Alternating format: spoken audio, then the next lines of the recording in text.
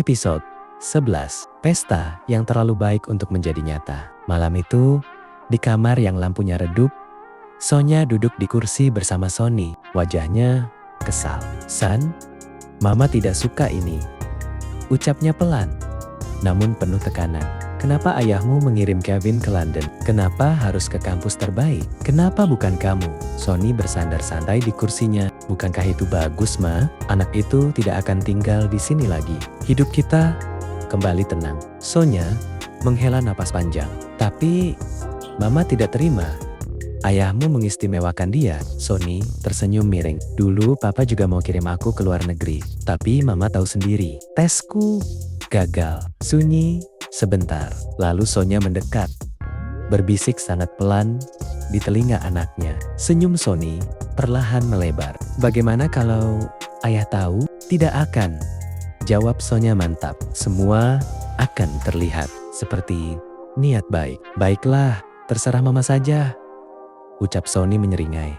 Sore itu, Sonya duduk manis di samping Arya. "Arya, sebentar lagi Kevin pergi ke London, bukan?" "Iya, dan sebelum itu ulang tahunnya." "Anak itu tidak pernah merayakan ulang tahun selama ini. Apa kamu tidak merasa kasihan? Bagaimana kalau kita rayakan di hotel, undang teman-temannya?" Arya terdiam. "Tapi Kevin tidak suka pesti," jawab Arya. "Tapi dia juga tidak pernah merasakannya." Kalimat itu mengenai Arya. Ia teringat, memang benar Kevin tak pernah punya perayaan seperti Sonny. Akhirnya Arya mengangguk. "Baiklah, tapi aku akan bicara dulu dengannya." Malam harinya, Arya masuk ke kamar Kevin. Anak itu sedang membaca buku di ranjang. Sejenak, Arya terdiam. Kevin sangat mirip dirinya saat muda. Pendiam, suka membaca, dan tenang. Kevin menutup bukunya. "Ada apa?"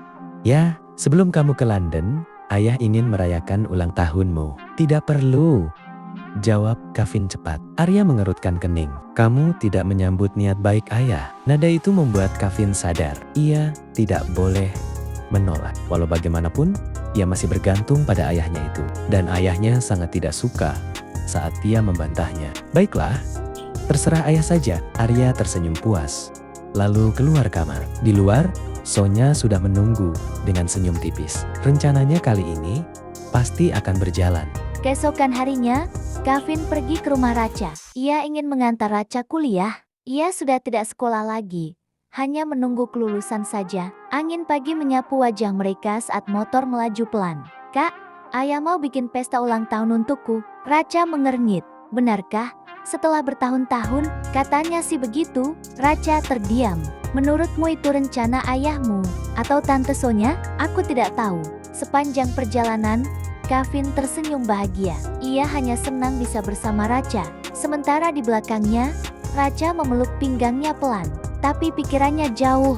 Ini terasa aneh, terlalu baik, terlalu tiba-tiba, dan ia tidak suka firasat ini. Sesampainya di kampus, sebelum turun, Racha berkata pelan, "Vin, kalau nanti di pestamu ada hal yang membuatmu tidak nyaman, atau sesuatu yang aneh bagaimana? Kita harus bersiap," ucap Racha. Kevin tertawa kecil. "Kakak ini seperti mau perang saja." "Aku serius." Kevin menoleh, menatapnya lembut. "Kakak selalu berlebihan.